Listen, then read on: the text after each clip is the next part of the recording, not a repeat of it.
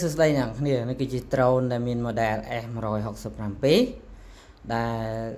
ខ្ញុំទិញយកមកប្រើជាលើកដំបូងហើយ drone នេះគឺអនុញ្ញាតឲ្យប្រើត្រឹមអាយុ14ឆ្នាំឡើង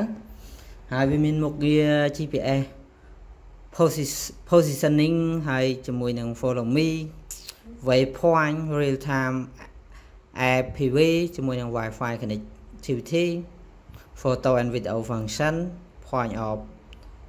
interest មាន hitless mode មាន auto return ចឹងឥឡូវយើងនឹងធ្វើការបើកប្រអប់វាទាំងអស់ចូលទៅមើលខាងក្នុងវាមានអីខ្លះនេះគឺមានជាមួយនឹង model ដែលមានប្រភេទជា 2.4G ជាមួយនឹង720 pixel ហើយរបស់ខ្ញុំគឺ1080 pixel ហើយយើងធ្វើការបើកប្រអប់វាអូខេមកចេញមកគឺមានប្រអប់ខាងក្នុងគឺលាតធម្មតាហើយខ្ញុំនឹងធ្វើការបើកវាចេញមកយើងឃើញមាន drone មួយហើយនឹងអានេះជើងដើម្បីការពារកង្ហារដាក់វាខាងនេះមានចំនួន4ហើយនេះគឺ drone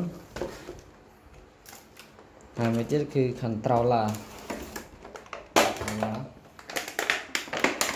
នេះ control ហើយនឹងគ្រឿងផ្សេងៗទៀតដូចជាមានឥឡូវចាំខ្ញុំមើលក្រៅខ្ញុំមើលសិននេះគឺសិភៅណែនាំអានេះគឺ QR code ដើម្បី scan យក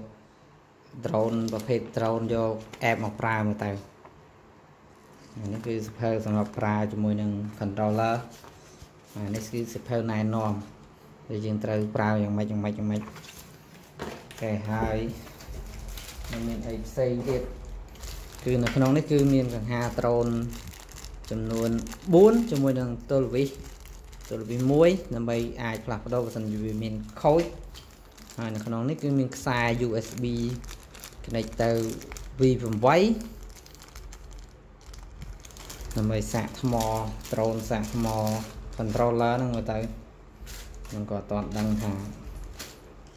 មិនដែរចាឥឡូវអ្នកទាំងអស់គ្នាចាំទៅទស្សនាជាមួយនឹងវីដេអូបង្ហោះតេស្តទាំងអស់គ្នាព្រោះខ្ញុំអត់ដែលធ្លាប់បង្ហោះ drone ដែរ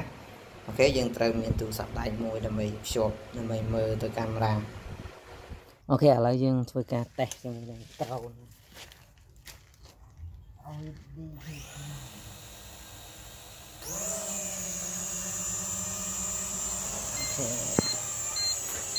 នេះយើងហៅវាមកវិញ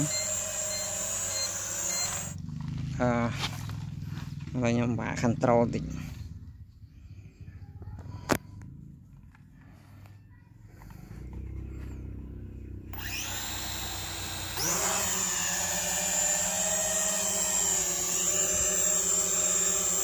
set follow me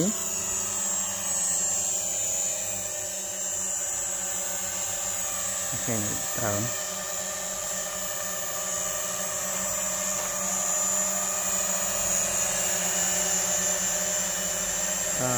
បាត់កាមេរ៉ា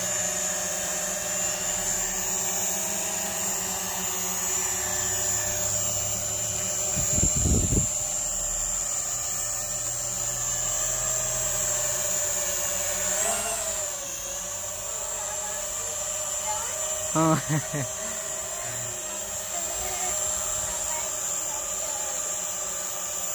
ណ៎ណូអាបាទធ្វើនេះហើយ